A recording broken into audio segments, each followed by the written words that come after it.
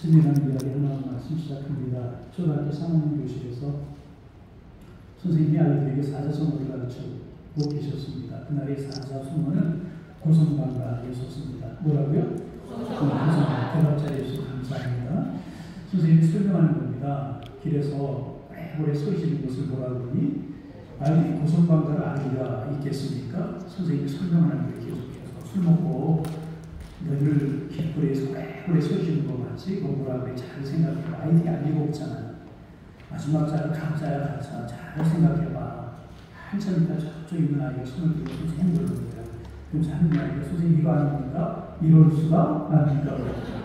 아니야 잘 생각해봐. 잘 생각해. 저쪽 있는 아이가 손 들고 또 일어나서 얘기해. 미친 건가? 그러더라는 거예요. 아니라고 했더니 또 저쪽 있는 아이가 이제 손 들고 하는 이야기가 웬일인가? 또 그랬대요.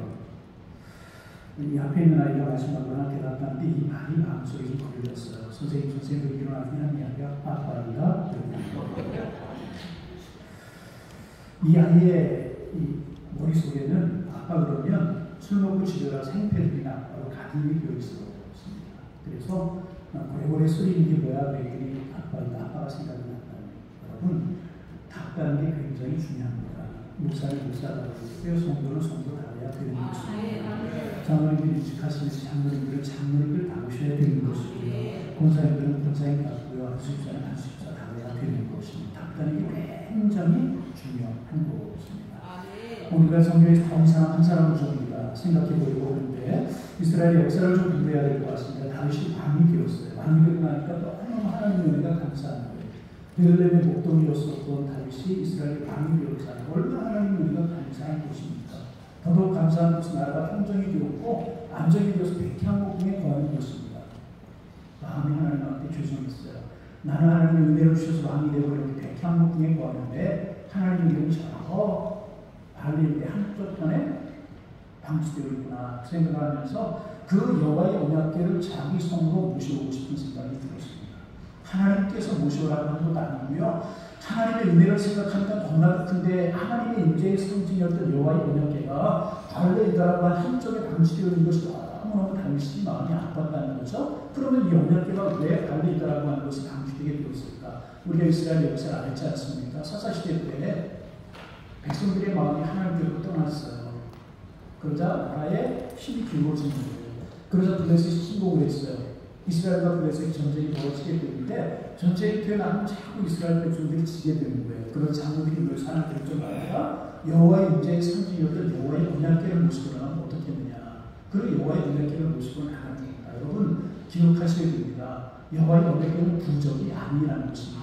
백성들의 마음이 하나님을 떠났고 하나님의 영이 이스라엘을 떠났는데 아무리 여호와의 언약궤를 모시고 나가는데 무슨 소용이 있겠습니까? 전쟁에서 보기 좋게 패하게 되는 것입니다. 전쟁에서 패한 것만이 아니라 여호와의 임재의 상징이었던 여호와의 언약궤조차도 블레셋 사람들에게 빼앗겨버리고 가는 것입니다. 그래서 이 블레셋 사람들이 여호와의 언약궤를 자기 섬기는 다본 신상 앞에다 갖다 놓는 것입니다. 우리가 섬기는 다본 신이 너희들이 섬기는 이스라엘 백성들이 섬기는 야훼 하나님을 이겼다. 그런 이제 상징으로 여호와의 언약궤를 다본 신상 앞에 갖다 놓게 되는 것입니다. 자비로워서 우리가 여러분 아는 것처럼 팔이 부러지는 거예요. 다본 신상이 그 다음날 또 자비로워서 우리가 목이 부러지고 엎어져 있는 거예요. 야, 안 되겠다 싶어가지고 이블레셋 사람들이 여호와의 언약궤를 가드, 에스골 이런 곳으로 옮기지 않습니까? 그런데 가는 곳마다 역동이 따르고 진동이 따르고 그런 것입니다. 안 되겠다. 그래서 여러분 아시는 것처럼 말을 좀 줄이면 이제 암소 2마리를 선발해가지고 수레를 만들어가지고 베스메스로 내려가는 곳으로 보내버리게 됩니다. 그리고 새끼를 그 근처에 두는 겁니다. 새끼가 어미 지나는 것을 보고 소리를 지르고 울지 않겠습니까? 그때 여호와의 언약궤가 소들이 서면 하나님 안 계시는 것이다. 그리고 계속 가면 하나님 계시는 것이다. 여러분 이게 모성이라고 있는 것인데 여호와의 언약궤가 설 수밖에 없는 것 아니겠습니까? 그런데 암소들이 눈물을 뚝뚝뚝뚝 흘리면서 그냥 그 길을 가는 거예요. 그래서 여차저차 해가지고 발레이다라고 하는 것이 여호와의 언약궤가 머물게 되는데 이스라엘 백성들이 영성이 떠나가고 구분이 기울고 사사시대 때 그러잖아요. 그러다가 서울시대 때 영적으로 어두운 시대를 지내면서 그대로 여호와의 언약궤를 찾아오지 못하고 방치하고 있었던 것입니다. 다윗이 왕이 되고 나서 되게 마음 나빴던 거예요. 하나님의 은혜로 내가 왕이 되었고 하나님의 은혜로 내가 이렇게 좋은 백향목금을 구하는데 여호와의 언약궤는 초막 가운데 있다 보니 너무 마음이 아팠던 것입니다. 그리고 내가 여호와의 언약궤를 다시 모셔오리라. 군사 3만을 보내고 몇만? 감사 3만을 보내고 오케스트라를 동원해가지고 갈릴리로 데려간 것입니다. 그리고 소를 준비하고 수레를 잘 만들어가지고 수레에다 여호와의 언약궤를 싣고 자기 성에서 올라가고 있었던 중입니다. 그런데 나본의 타작마당이 이루어졌을 때 소들이 갑자기 뛰는 거예요. 소들이 왜 뛰었는지 기억하고 있지는 않지만 미드레스라고 하는 데의 전통식에 보면 소들이 뛰었고 그때 여호와의 언약궤가 붕 떴다는 겁니다. 그때 옆에 있었던 무사가 여호와의 언약궤가 땅에 떨어질 것 같으니까 손을 댄 것입니다.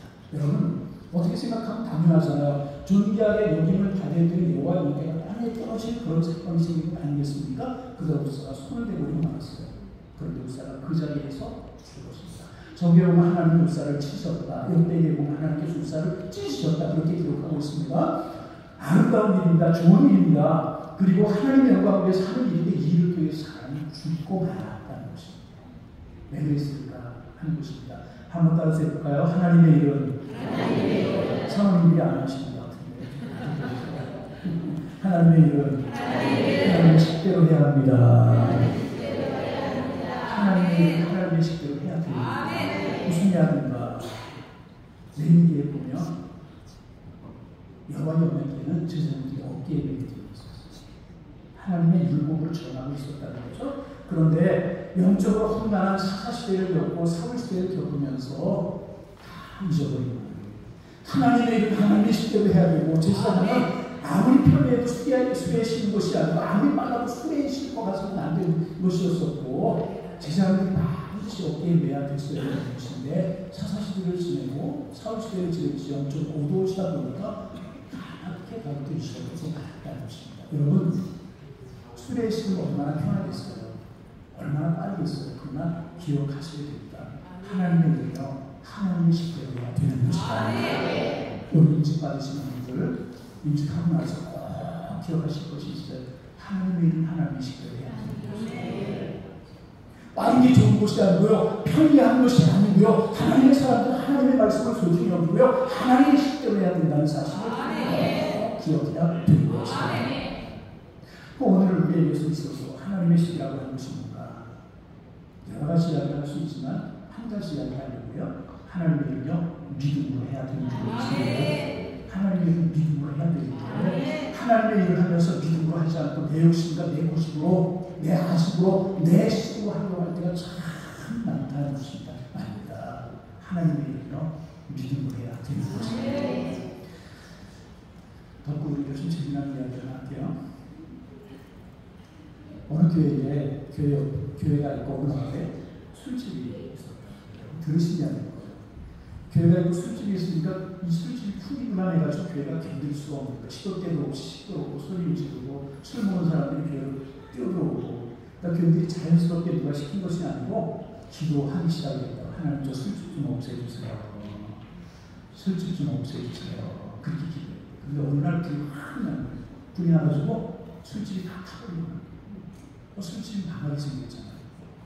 근데 술집 주인이 가만히 생각하니까 교인들이 술집 없어지라고 기도했다는 사실을 아는 거예요.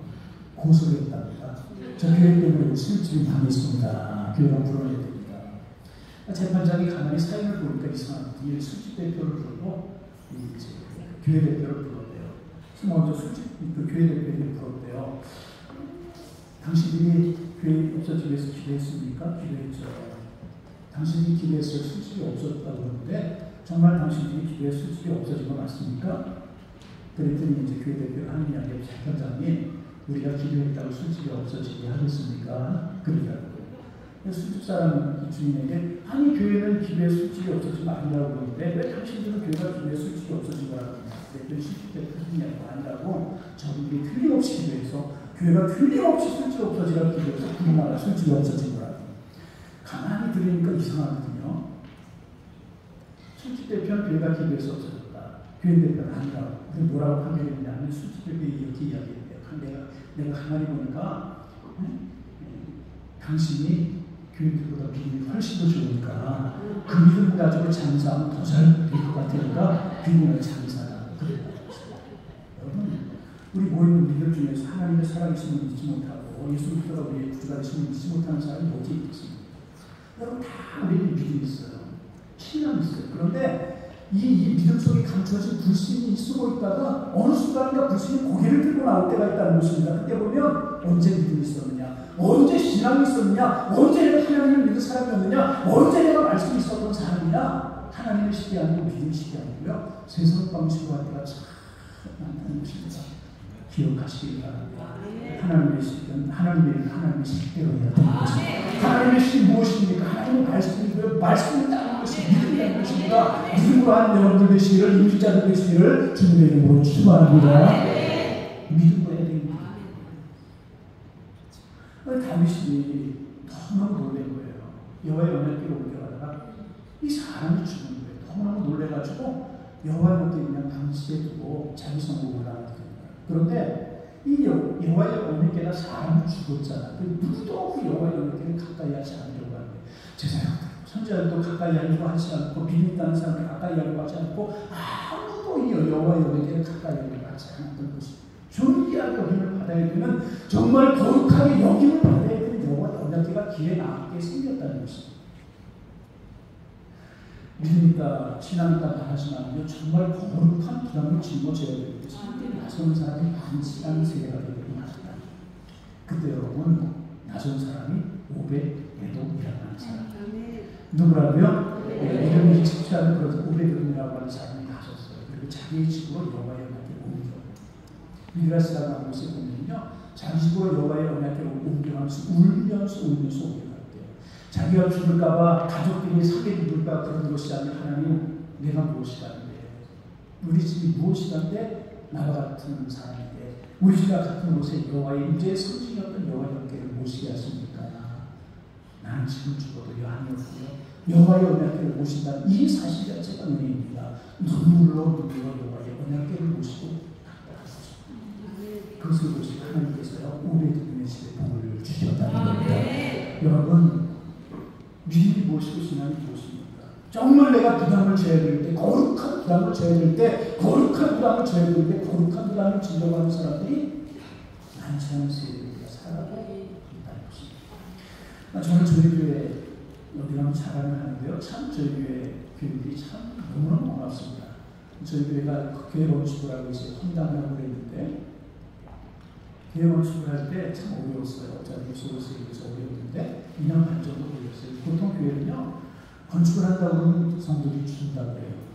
죄송합니다. 저희 교회는요, 건축하는 기간 동안에 상당히 어려움도 많이 있었는데 교회가 늘어났습니다. 저는 얼마나 교회들이 고마운지 몰라요. 저는 그래서 교회 이야기합니다. 우리 교회들과 같은 교회들 만나서 이렇게 하는 참 행복이라고 저는 생각합니다. 저희 교회 이야기 한 번만 더 해도 괜찮죠? 저희는 1700평 교회가 되는데, 저희는 사찰기자도 안 계시고요, 관리하는 분도 안 계시고, 총장도 안 계시고, 사무도 없어요. 잘 교인들이에요. 토요일날 되면 청소팀이나 청소 잘 해요. 감사합니다. 주일 아침에 새벽 아침에 들어가면요, 집사님 나오셔서 화장실 다 청소를 하고 있어요. 아, 집사님 설교 고맙습니다. 목사님 제발 좀 아는 체 좀 하지 말아주세요. 주일날 오후에 끝나면 아는 집사님이 다 보셔서 화장실 다 청소해놓고 합니다. 평소에 오셔서 화장실 청소하고 휴지 비워놓고 하는데, 여러분이요, 수요일 카페 나와서 다 청소해놓고 하는 분들이 많아요. 그런 분들 볼 때마다 아, 행복한 목사구나. 오늘 같은 시대 속에서 거룩한 부담, 굳은 일을 하지 않으려고 하는 그런 시대 속에서, 야, 저런 교회들이 있고 저 교회들하고 이렇게 하는 거 하나님의 은혜이구나. 오래전에 거룩한 부담을 줬다. 음식 하시는 분들 기억하시길 바랍니다. 음식이 무엇이냐? 거룩한 부담을 지는 것이에요. 거룩한 부담이 무엇입니까? 하나님이 기뻐하시는 일인데 다른 사람들이 하지 않으려고 하는 것이 거룩한 부담이지. 장로님들 기억하세요. 그런데 여러분, 거룩한 부담을 짊어지면요, 결코 하나님이 헛되게 하지 않으십니다. 제가 부목사로 신청하는 교회에 참 존경할 만한 장로님이 한 분 계셔요. 제가 그 교회 갈 때 그분가 90이 넘으셨어요. 부인 권사님 8,000원이가 부르셨어요. 장로님 90이 넘으시는데요. 새벽에 이거 성경 집을 한 번도 안 들었어요. 갑자기 잠자시는데 새벽 예배만 들었어요.